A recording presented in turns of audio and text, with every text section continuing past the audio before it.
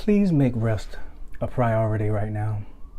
Rest is a trigger word for many of you because you're looking at all the responsibilities you have with little or no support to get them done efficiently or effectively. You're running on burnt fumes, and the world itself feels like it's caving in on every side while a siren is blaring in the background. Your survival mind is telling you that you're losing your sanity, but your nervous system is actually reminding you that you're finally coming to your senses. Take a deep breath with me and release that breath. If you stick with me in this video, I'll help you connect some of those dots so that you can see the math is really mathing. And there is relief in this pressure cooker. And I'll use what's happening in my own life for an example. I'm in a very delicate, selective season right now, personally and professionally. My body is integrating more information more deeply than before. And this isn't new for me, just like the sirens outside here aren't new, but somatically in my body and the words that I'm using are new.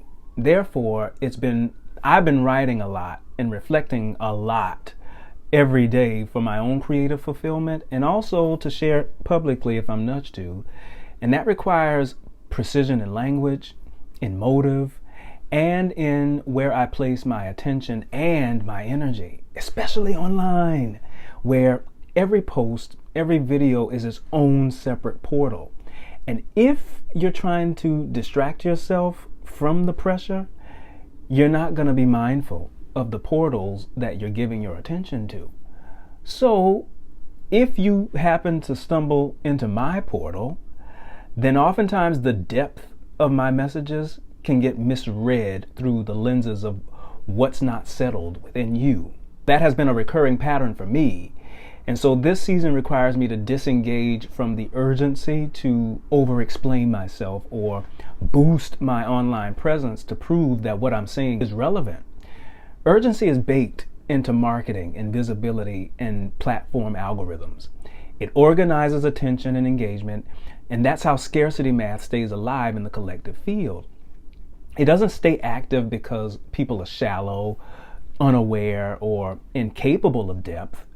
It stays active because visibility has been engineered to bypass the body's and nervous system's regulation and go straight to urgency.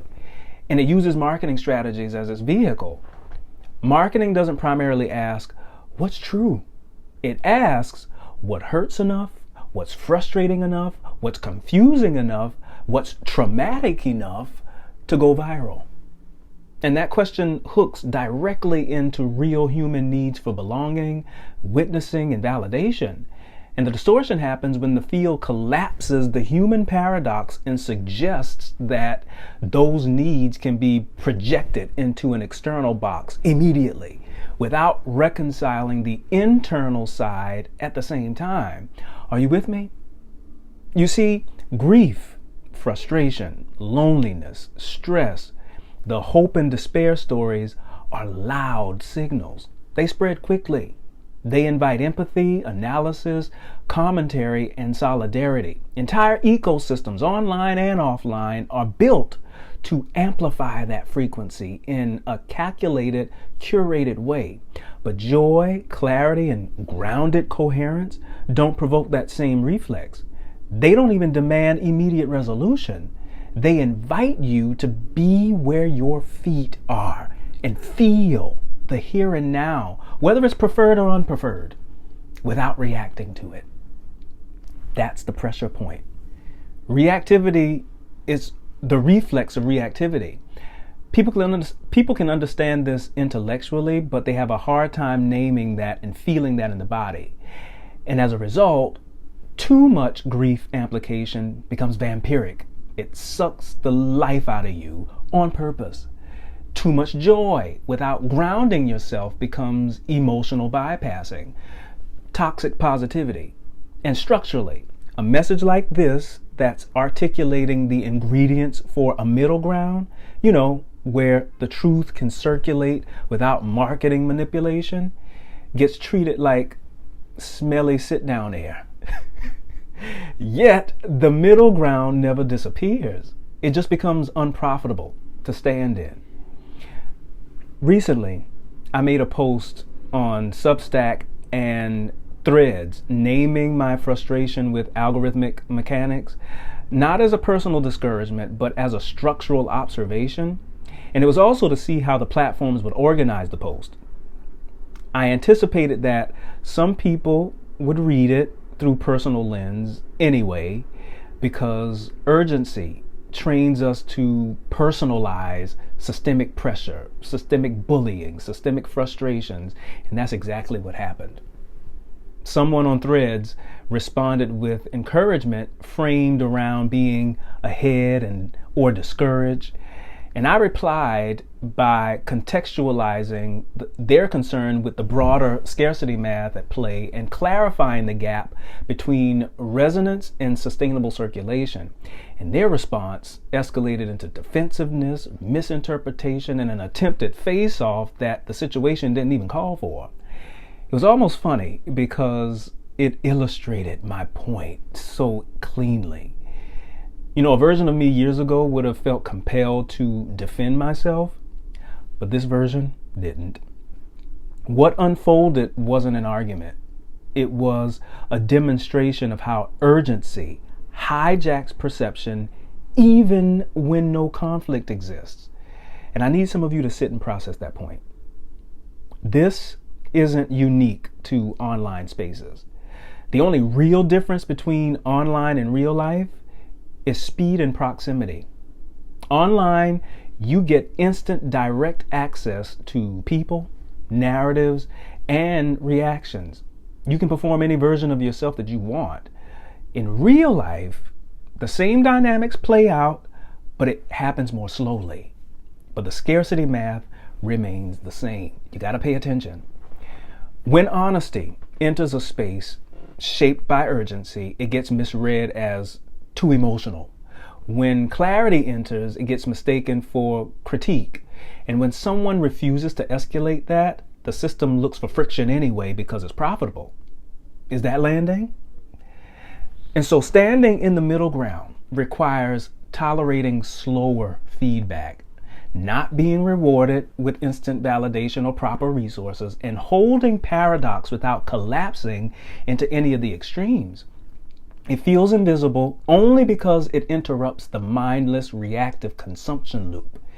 Echo chambers form around frustration faster than clarity, and frustration bonds people quickly and creates consensus through shared pain. Clarity requires more of the nervous system. It doesn't let you discharge mindlessly. It invites you to reorganize before you engage. And yes, it's costly. But there's a posture beyond the resistance and the compliance to urgency, as well as these curated platform marketing strategies.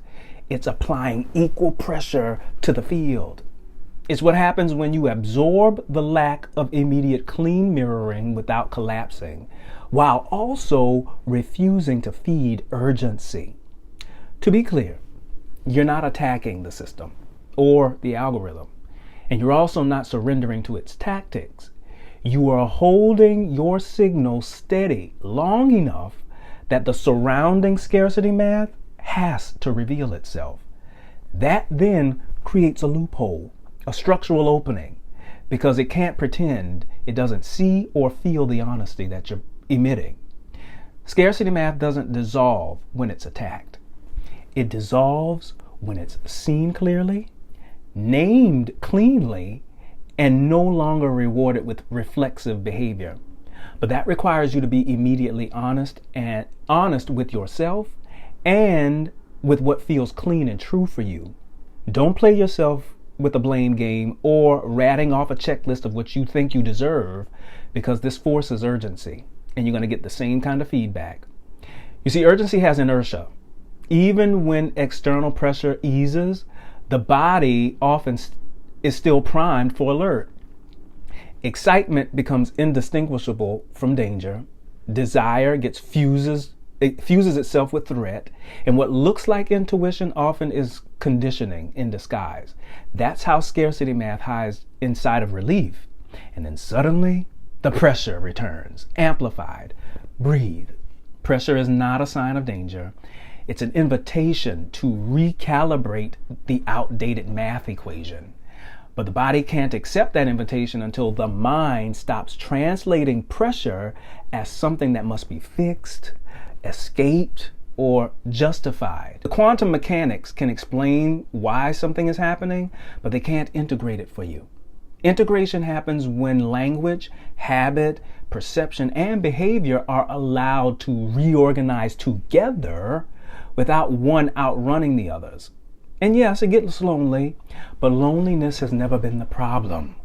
The inability to treat yourself kindly under pressure has always been the problem. And when that gets skipped, it fuels cognitive dissonance, and it makes it difficult for those who are doing the work to share space. And that adds secondary pressure to what's going on. You're not metabolizing your own calibration. You are surrounded by borrowed urgency, inherited myths, and survival scripts that no longer fit your body. And that's the grief that you got to meet. Not because others are wrong or that the system needs to be deconstructed.